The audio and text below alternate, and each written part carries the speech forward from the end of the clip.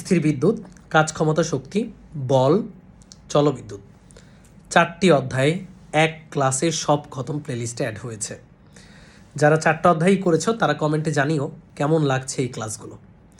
আমি কিন্তু এই ক্লাস এমনভাবেই নিচ্ছি যেন একজন শিক্ষার্থী এই ক্লাস করলেই তার বেসিক, সিকিউ, এমসিকিউ, এসকিউ সব একদম সব কভার হয়ে যায়। এবং কেউ যদি স্লাইডটা পুঙ্খানুপুঙ্খরূপে পড়ে তাহলে অন্য যেই বই সে ধরুক না কেন কোনো বইয়ের কোনো প্রশ্নই তার যেন অচেনা মনে না হয়, সেভাবেই কিন্তু ক্লাসগুলো তৈরি করা। তোমরা কারা কারা ক্লাসগুলো করছো জানাও।